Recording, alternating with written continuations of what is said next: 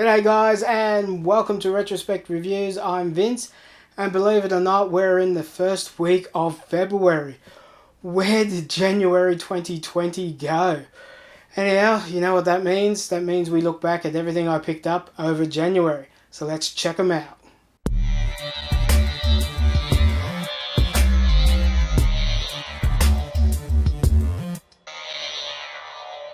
Starting off, I picked up a couple of Atari 2600 boxed games. Now, if you've been following me for a while, you know the Atari 2600 was the first real game console that me and my brother owned, and it's probably one of my favourites. I know the graphics are not too crash hot, but it holds a lot of nostalgia for me when it comes to consoles. Now, both of these do come from the same seller, and I only picked them up because one of the games I did want to get, and the other one just came with it. It was basically $10 for two. So the first one I got was this football or soccer, depending on where you are in the world. Not really a big football or soccer fan. We did have this on our original Atari 2600. I know my brother used to play it all the time. But yeah, so it's all there. It's in really good condition considering its age. It still has the. This is one of the ones where they stopped gluing the lid down, so it's just the flap of the lid, so that's good. And obviously it has the Atari cartridge, which surprisingly has the price tag on it. I've just noticed. I didn't notice it when I checked it out. Unfortunately, the label did get ripped a little bit. But originally this cost $24.94 at Targets, and I did get the manual. I did get the manual.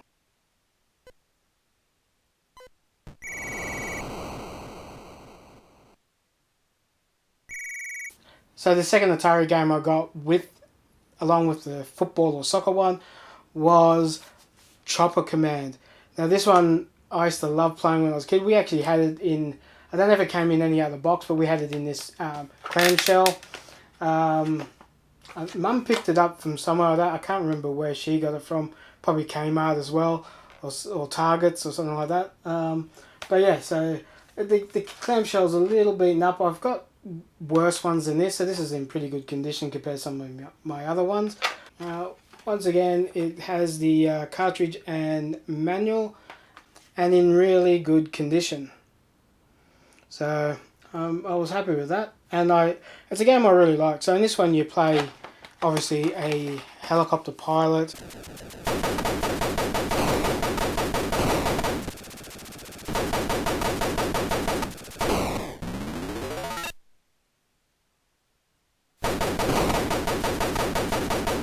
Moving along, I did go to EB Games. They had a big sale on just after Christmas, trying to get rid of some of their old stock that they're no longer keeping anymore. So like NDS, Wii and Wii U, and probably PS3. I didn't really see many PS3s. I think the only thing I saw on PS3 was the Skylanders thing. Same with the 360. Heaps of those. Anyhow, so they had a deal on where I think it was 4 for $15, something like that. There was a Wii U game there that I looked at before when they still wanted $18 for it. So I just kept putting it back. But Wii U games are coming a little bit harder to come by these days. So I picked up 3 games for the NDS, and that was Tropical Lost Island. Yeah, Tropical Lost Island.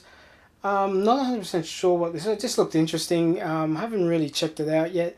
So I'm intrigued. I'm hoping it's one of those survival on the island type games. I like those ones. On the back it says Tropical Lost Island is a treasure hunt that will lead you through exotic places and mysterious temples. So maybe it's a bit more like Indiana Jones, Lara Croft, something like that. Wrong, wrong, wrong, wrong. Wrong, wrong, wrong, wrong. You're wrong, you're wrong. Anyhow, I will check that out. The next one I got was Squad Command. It looks like a kind of like Command and Conquer, that kind of type of game. Like I said, these were 4 for 15, and yeah, there wasn't, the choices were getting very limited. So I thought I'd pick that one up. Let me know if you've played this and if it's a good game or not, because that's another game I haven't played. Now, like I was saying, my options were getting very limited. So the last thing I picked up was this James Pond codename Robocop. James Pond codename Robocop. No cover, no manual, just the cartridge. An old favourite. I used to play on the Amiga 500 back in the day, so I thought it would be nice to add it to my collection. I think I do now have it on maybe the Mega Drive or the NES or the Super NES. I'll have to double check that. They were the 3 NES games that I picked up. Now this is the game that I actually saw for the Wii U. I knew nothing about this game. It just looked really interesting, and because I had the deal 4 for 15, I had to find 3 more games, and those NES games were the only 3 that intrigued me. So the game I picked up for the Wii U was this Rodea the Sky Soldier. Never heard of it before, but the cover intrigued me, and so did the back. Now I'm not sure if this is an RPG or it's I think it's a combination of RPG maybe and platform or something similar to that. If you have played this, let me know in the comments down below what you thought of it, and if it is as good as I'm hoping it will be. So what I wasn't aware of when I picked this up, this is actually a dual game. So it's actually released on the Wii and Wii U and comes with both discs and manuals. So here it's got the Wii version, and on the other side, if I can get it to flip, on the other side here is the Wii U version. So you can play it, if you haven't got the Wii U, you could still play it on the Wii. And it came with the manual for both. Well, it's got the Wii manual. It's got the Wii manual there, and then they've stuck this little flyer over the top for the Wii U. And it does come with a double cover. So if you did buy it and you only had the Wii, it does come with the Wii cover inside. So there's the Wii U. I'll do a better close up of that later. And then if you flip it over, if you only got the Wii, you could have the Wii cover there. So that was pretty cool and unexpected, but intrigued with this game, so hopefully I'll get some time to play it soon. But yeah, let me know if you've played it and was it a great pickup. Okay, moving on. The last few things that I did pick up were from a thrift store or charity shop, which was a bit of a surprise because I've been visiting this thrift store for years now, and I've pretty much picked everything that was good there, and not a lot has been coming in. A lot of Wii titles and a lot of 360 and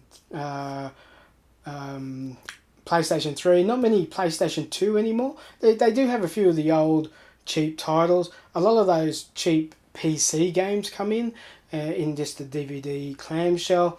And this particular one usually is pretty expensive. Somebody there keeps thinking every game is some hidden gem, some big lost game that some collector's going to buy for $2 and sell it on eBay for $1,000 or something like that, which we know is super, super rare these days for that to come about. It does happen, but it is super rare. So, the first thing I did pick up was a 360 game, and I only picked it up because it kind of intrigued me. I've kind of had this thing about more Marvel, but I've kind of got back into the DC and Marvel comics kind of thing on recently, especially with the release of some of the movies. I know DC's had a bit of a bad run with movies lately, but I did find this Mortal Kombat and DC versus DC Universe. I think I did pick up another one for the PS3 maybe, but I think that was Marvel. Mortal Kombat, my nemesis in games, if you call it, the one that kind of wrecked arcades for me, Mortal Kombat, because most of my favourite arcade machines were shipped off in favour of rows of Mortal Kombat back in the 90s. So I was very disappointed when that game hit the arcades, and a lot of my old favourites got shipped out. Anyhow, so I picked that up, and it comes with the manual and the disc. So not a bad little score, and I got that for $2. One flight.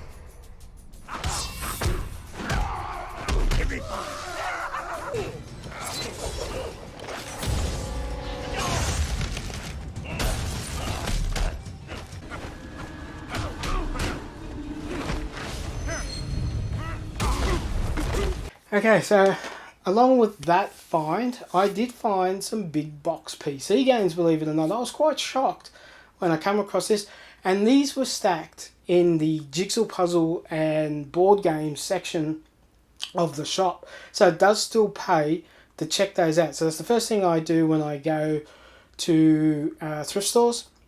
Check out where they normally keep the games, then move on to DVD section, CD section, because sometimes PS2 games get put in with CDs.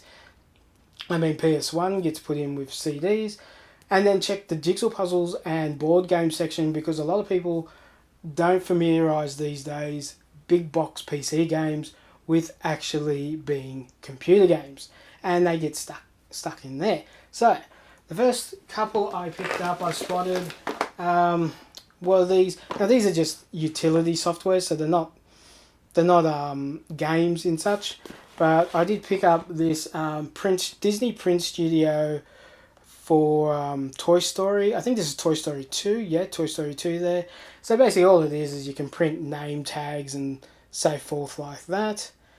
And I just thought that was a bit of a novelty, and it's a great box art. Now you don't come across big boxes that often anymore. So, and that was only $2, so I was happy to put that in my collection on my shelves, because big boxes are really the vein of my collection. Consoles not so much, but I do love big box games from the 80s and 90s and early 2000s, before they switched to those little cardboard boxes, I guess they call them. So I got that one. Plus, along with that, I did get the Mulan version of the same things. So it's just a print studio, print name tags and things, the posters and colouring in books and stuff like that. So I was great pleased to see these. The next one, I was quite surprised when I saw it, because it was 3 or 4 puzzles over, if you want to say. So they had the Disney Studios, and then jigsaw puzzle. Then I spotted this, and that is Spirit of Speed 1937.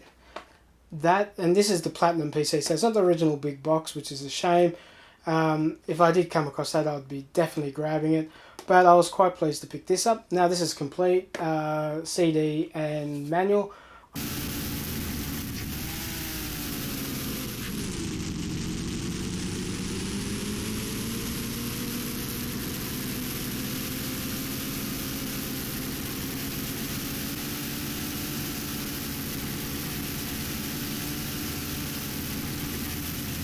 So we're now coming to the very last thing, and this one was also in that same thrift store, but this is my gem of this find, or find of January.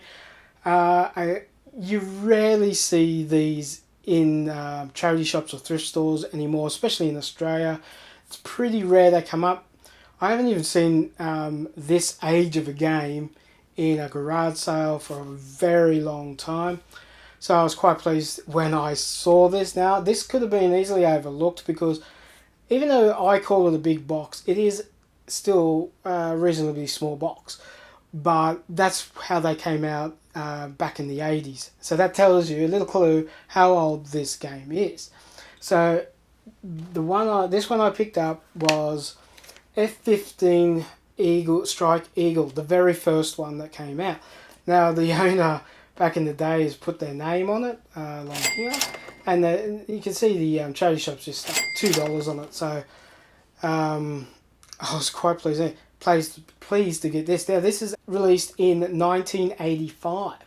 So you can imagine what computer this ran on. Now, this didn't run on the standard IBM. This ran on the Tandy 1000, 1200, or the 3000.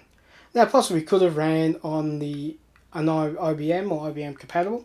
When I took it off the shelf and brought it, I knew it was old. And I'm thinking early 90s maybe. Maybe 89 for the IBM, standard IBM. Didn't have any clue that it was for the Tandy 1000, 1200 or the 3000. And yeah, it does come with an option of the 2 different discs. It comes with the book. Well, so there's got the manual. So it's pretty much complete. As far as I know, there was no real security code. I think after this is when they started releasing the security code wheel and stuff like that. So I was quite pleased when I got home. I had a feeling it was an old game, but when I opened it up, I had to take some tape off that they stuck it down with. But when I opened it up, I was chuffed. I was pleased as punch to pick up such an old game, especially in a thrift store, which probably hasn't seen games like this in 20 years, if lucky. So, really pleased. So all I've got to do is try to get this sticker off. I might use a bit of rubbing alcohol or something like that.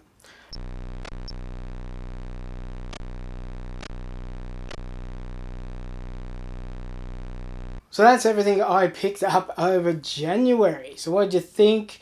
Down in the comments, let me know if you've played some of these games, especially some of the NDS games and the Nintendo Wii or Wii game that I picked up, and let me know if that was good games to pick up or not, and what you thought was the best thing I picked up, basically. Don't forget to like and share this video, and if you're new to the channel, don't forget to subscribe and hit the notification bell, because I'll let you know when I upload a new video.